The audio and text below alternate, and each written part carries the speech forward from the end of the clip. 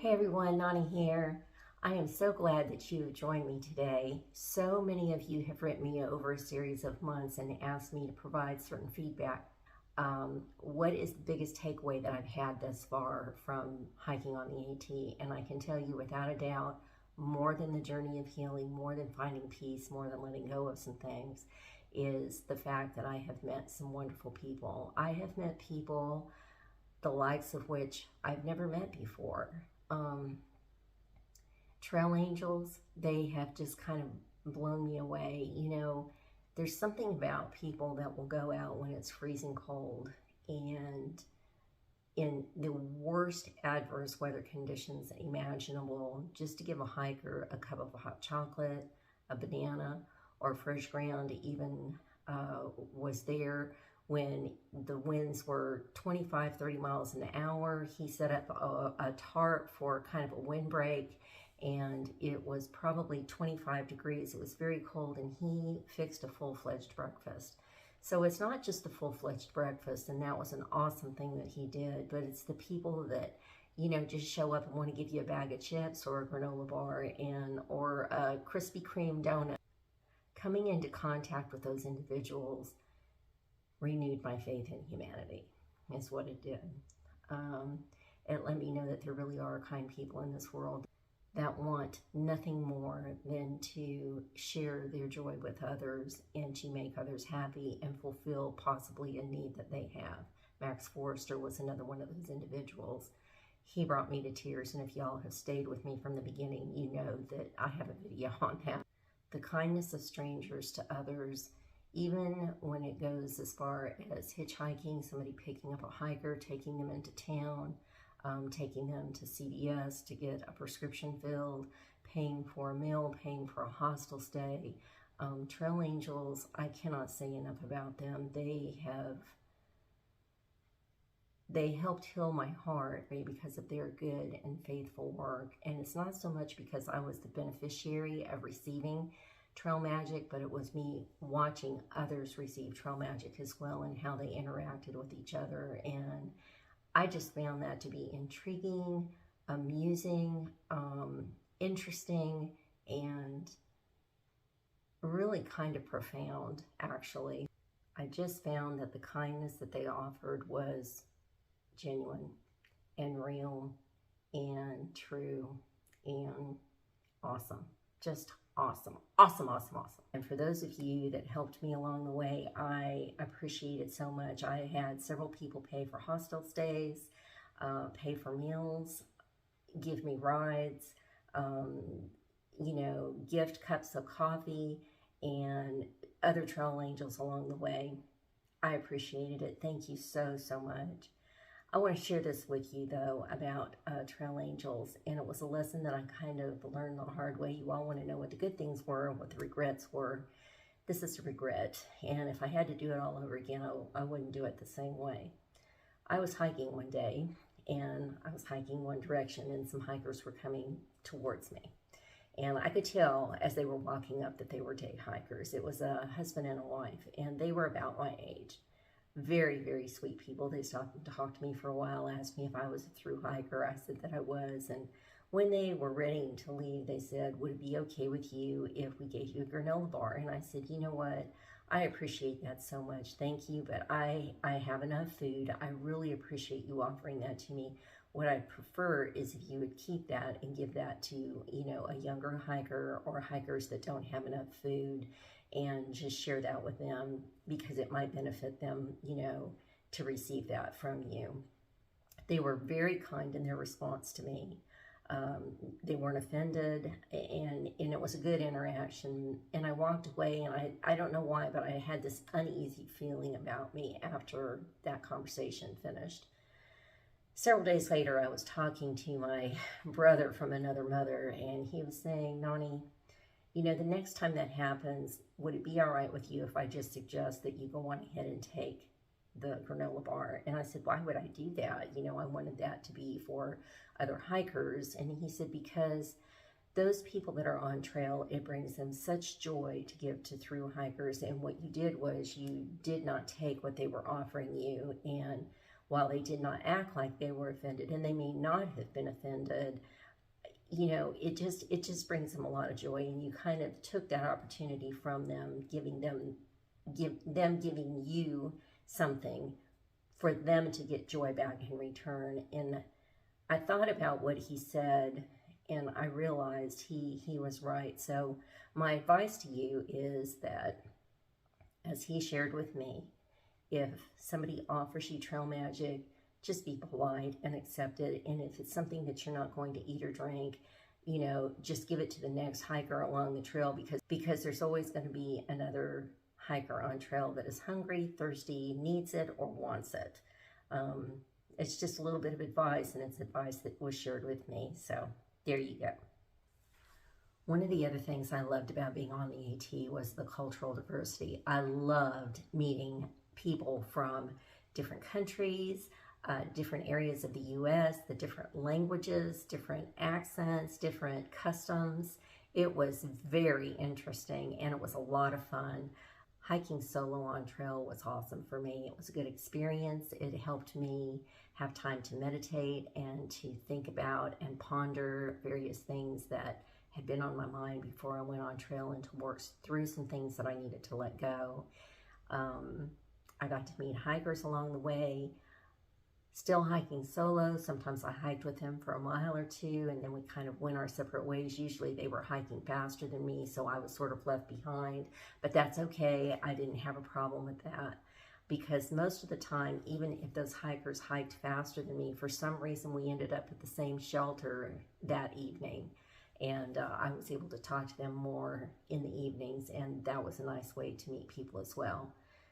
One of the best things that I got from being on trail is I'm an introvert, and so it is very difficult for me to actually speak with people that I don't know and for large crowds. So if you get a group of people together that's more than 2 or 3 or 4 people, I usually am pretty quiet and kind of fade into the background, and I didn't do that on trail. So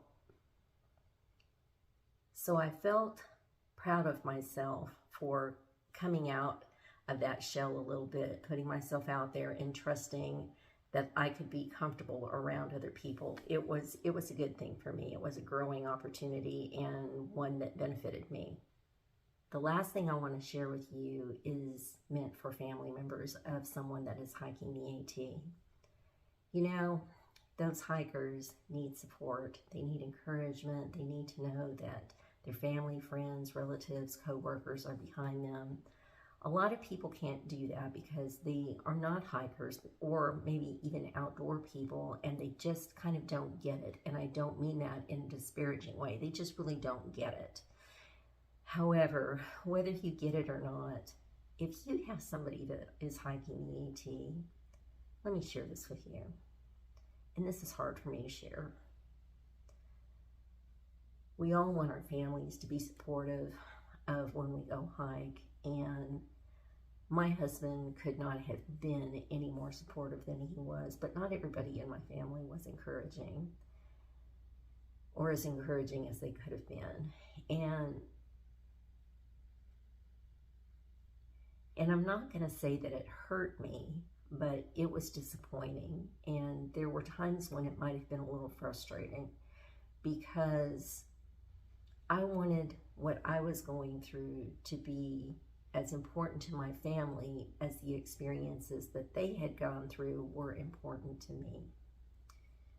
A lot of times that is hard for people to do, because unfortunately we live in a society now where a lot of it is just me, it's all about me, and we don't often think about others the way we should, or as deeply as we should. But if you'd let me, please let me share this with you. If you have someone that is hiking, please, please be supportive and encouraging of what they're doing. At times, for some people, it is very difficult for them to leave behind their loved ones and what they feel familiar with, to go out and do something that they don't know anything about. Or even for those that do know something about it, they're doing it again. Hikers need encouragement and support. They need it. And For those of you that just don't get AT hikers or somebody wanting to go and do that, it's okay. That's totally understandable. But if it's possible to think outside of the box that you have and just try and think about what might that person need to be successful. You know, text messages, phone calls, emails. When it's their birthday, please remember them and send them a text message. And if you don't think that they're going to get reception when they're on top of a mountain, it's okay. Maybe they won't get it that day.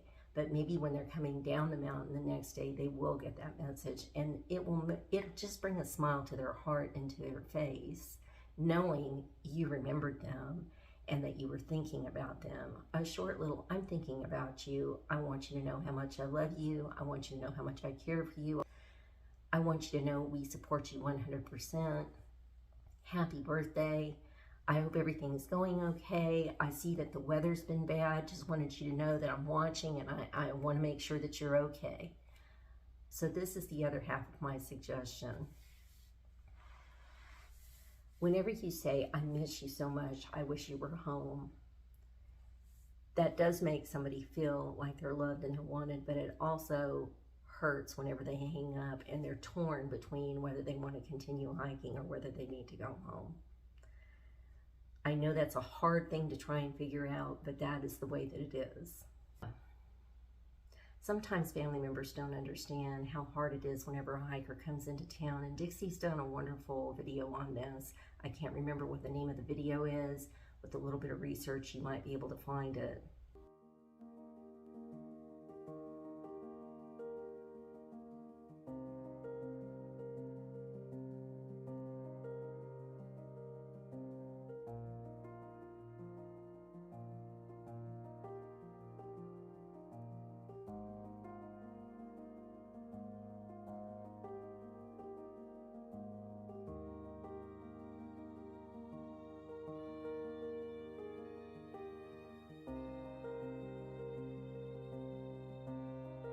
Whenever a hiker is coming into town, family members, y'all try to be understanding, because when they're coming into town, they smell bad, they're tired, they're dirty, they need to take a shower, they need to get their clothes washed, they need to go eat, they need to go get a resupply, they need to go to the post office, they need to do any number of things. Some people are YouTubers, they need to download their videos. Internet service on the trail is just not the best, and it takes a long time to do YouTube videos, not to mention the time that it takes to edit them. Not that YouTube videos are more important than their family members or their friends, but they have a lot of things that they need to try and do, especially if they're only coming into town for one night and they're leaving the next morning. And even for those people that are coming in for one night, staying and taking a zero the next day, and then leaving the day after that, that's a lot to try and cram into one day. Maybe your hiker hasn't shared that with you. So if you don't know, you didn't know. I'm hoping that this information will help you. But even with that said, I shared that information with many of my family members, and it just didn't sink in. I love these particular family members, and they love me. They just didn't understand, and it made me feel bad. It frustrated me, and there were a couple of times I thought of coming off trail because of my family, and then I realized no, that this was my time and that I was going to do my hike regardless. It might be best if perhaps, you know, when you talk with your hiker, that is a way that you try not to make them feel like that.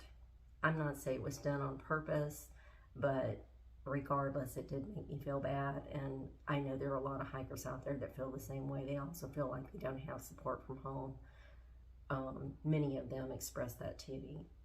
Even more expressed that they did have support at home. So well done, you that have been giving your hikers the support that they need. And for those of you that have not, I just want this to be a little gem of wisdom, of encouragement for you to try and lift up those hikers so that they can be successful. I know that they'll appreciate it. The end of that thought process is this. Those hikers that are out there, they are having a good time or possibly not having a good day. Sometimes they're lonely, sometimes they have too many people that are around them and they just want to be by themselves. They may not have slept well the night before because the snoring on the AT is real, people. It is real. They need the encouragement from home. And that is not to diminish how much the people at home miss them and wish that they were there. But hiking the AT is for a period of time. It's not forever. And try to be as supportive as you can be for the amount of time that those people are out on trail. I just want to lift you up for success towards your hiker, and I want your hiker to know that they have the support from home that they need. It just makes a big, big difference. I've come to the end of what is going to be shared today, except to say thank you so much for joining me. Thank you for sticking with me along the way. My AT journey is not over yet. I'm going to be going back out on the trail in October to finish that portion of the Smokies that I did not finish initially. I'm really excited about that. I've gotten the clearance to go do that. So in the meantime, y'all take good care, and I'll see you in my next video.